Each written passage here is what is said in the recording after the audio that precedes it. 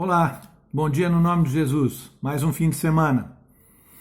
Pois é, a Bíblia me ensina sempre a viver daquilo que eu falo e não só falar, porque pregar é fácil, mas viver aquilo que a gente prega é muito complicado. Então eu queria falar com você hoje sobre acusações. Você já foi acusado? Você já sofreu alguma queixa? Na Espanha e aqui na Holanda, é muito comum quando uma pessoa não está satisfeita com o serviço de outra, usar a folha de reclamação. Eu não me lembro no Brasil, mas talvez, com certeza, deve ter essa situação. Então, como será que Jesus quer que nós, que eu e você, que nos dizemos ser cristãos, que nos dizemos viver com Jesus Cristo, que Jesus vive em nós, devemos reagir diante de uma acusação?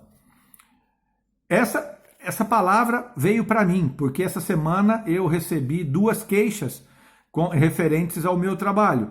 Ou seja, eu atendo muita gente e aqui me chegaram até as minhas mãos, depois das férias, 2 pessoas que estavam descontentes com o meu serviço, descontente com alguma cirurgia que eu fiz, com os implantes.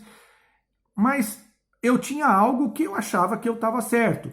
Mas o grande problema é entender não como eu devo responder, como eu devo fazer. O importante que Jesus me mostrou hoje é como eu devo proceder diante de uma acusação, como cristão.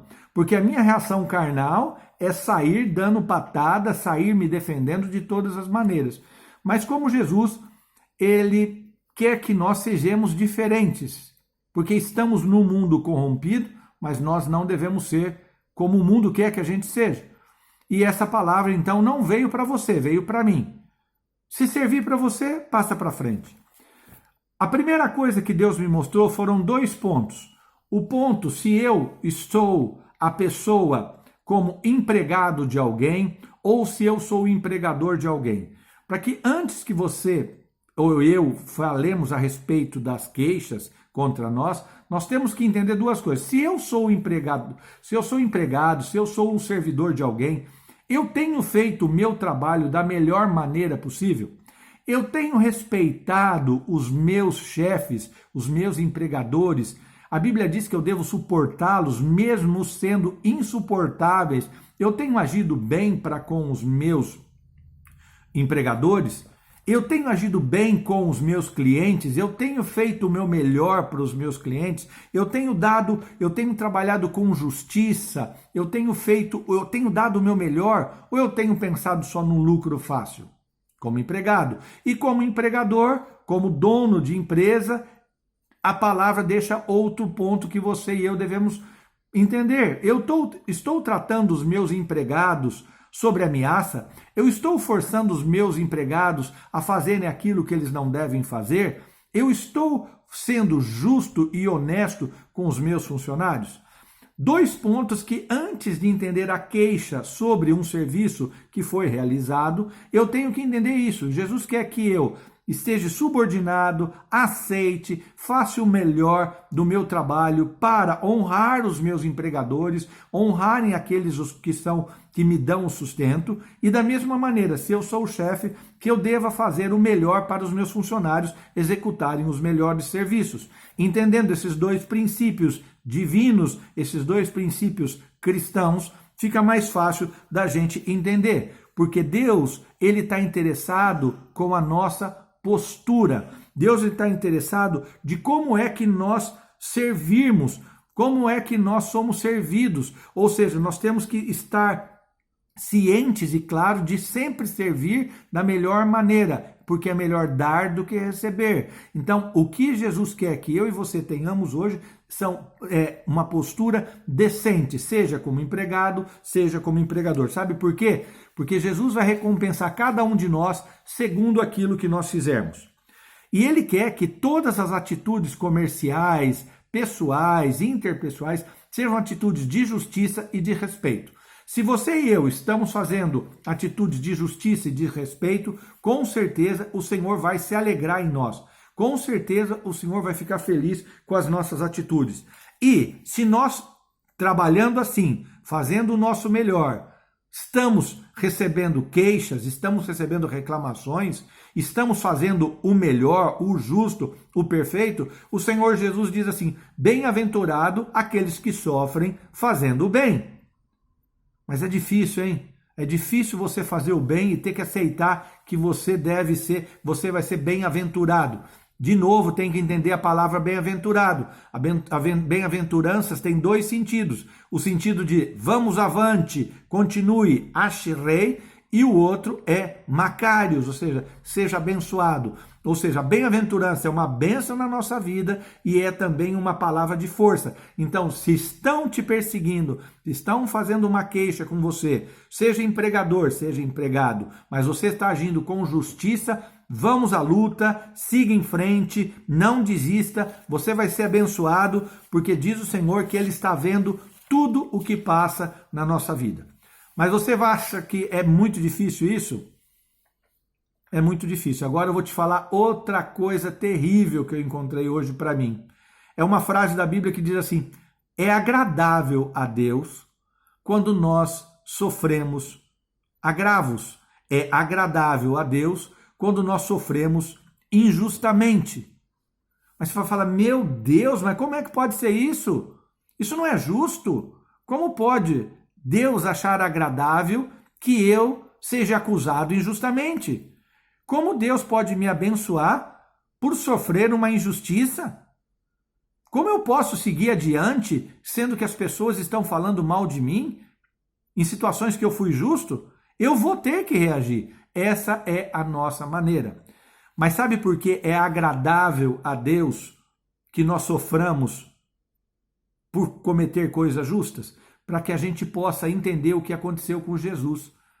A única forma que nós podemos entender o amor de Deus é que Ele se fez homem, veio à terra e sofreu por mim e por você, mesmo não precisando.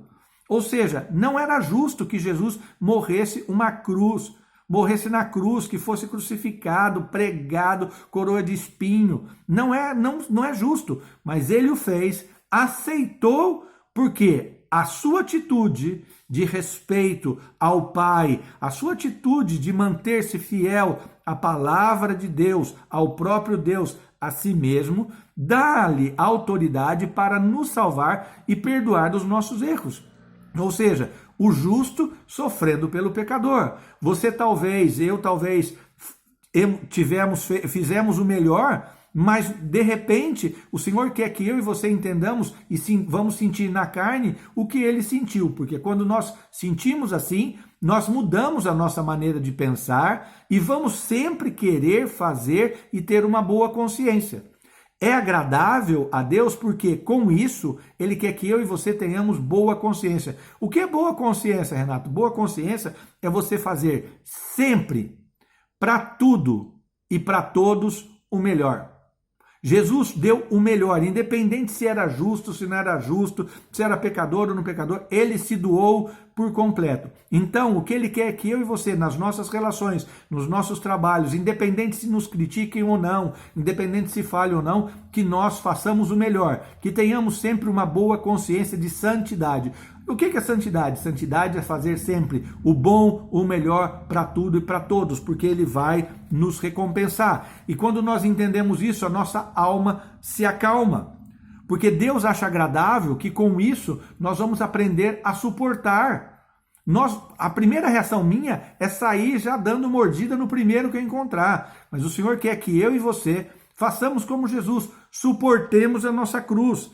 Ele quer que eu e você aprendamos a responder com mansidão àqueles que nos acusam. Ele quer que eu e você aprendemos a ter atitudes respeitosas, mesmo com aqueles que nos criticam. Ele quer que eu e você tenhamos e aprendamos com Ele que agindo dessa maneira, respeitosamente, agindo da maneira fiel a Ele, o que vai acontecer? Nós vamos mostrar para os outros que nós estamos em Cristo e Cristo está em nós. Com isso, o que vai acontecer? Nós vamos fazer com que aqueles que nos acusam injustamente se sintam envergonhados. Porque a partir do momento que você age com delicadeza, a partir do momento que você entende que sofrer por fazer o bem é muito melhor do que sofrer merecendo, entender que com isso você vai mostrar para as pessoas que você sabe suportar, que você sabe entender, porque às vezes quem te critica tem outros problemas, tem outras necessidades, mas a primeira forma também de defesa é o ataque. Então Deus quer, e é agradável para Deus, que essas atitudes de sofrimento que chegam nas nossas vidas nos façam crescer, nos façam ter uma boa consciência e nos façam ser melhores pessoas. Mas você vai dizer, mas não é fácil isso. Claro que não é fácil. E o que tem que fazer para poder ser assim? A gente tem que morrer com Jesus. Morrer com Jesus é matar o teu eu, matar o meu eu. Sacrificar o nosso eu. Quando você morre com Jesus, é por isso que é o batismo, quando você entra na água para limpar o teu velho homem e renasce da água do batismo como nova pessoa, você está mudando a sua maneira de pensar. Mas mudar a sua maneira de pensar, você precisa de outra coisa. Sabe o que você precisa? Eu preciso? Nós precisamos da graça de Deus.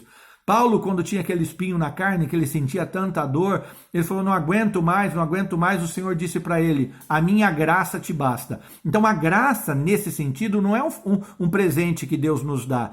Deus quer que eu e você aprendamos a reagir dessas maneiras, consciente, educado, sem reclamar, com mansidão, com temperança, fazendo sempre o melhor, mas ele nos dá a graça dele que nos fortalece a agir dessa maneira. Você nunca vai conseguir se controlar sem a graça de Deus. Então a primeira coisa que nós temos que aprender hoje é pedir para Jesus nos dar a graça dele para suportar as acusações, porque ele suportou a cruz, ele suportou a coroa de espinho, ele suportou ser pregado porque ele tinha a graça de Deus sobre a vida dele, ele tinha a unção que veio do alto. E Jesus derrama sobre a minha vida, sobre a tua vida, a unção que veio do alto. Uma unção que me fortalece, uma unção que me faz entender e suportar o sofrimento, seja de uma doença, seja de uma acusação, seja de um falso testemunho, e me faz ser calmo, saber como eu devo responder. Sem essa graça, nós vamos ser altamente carnais.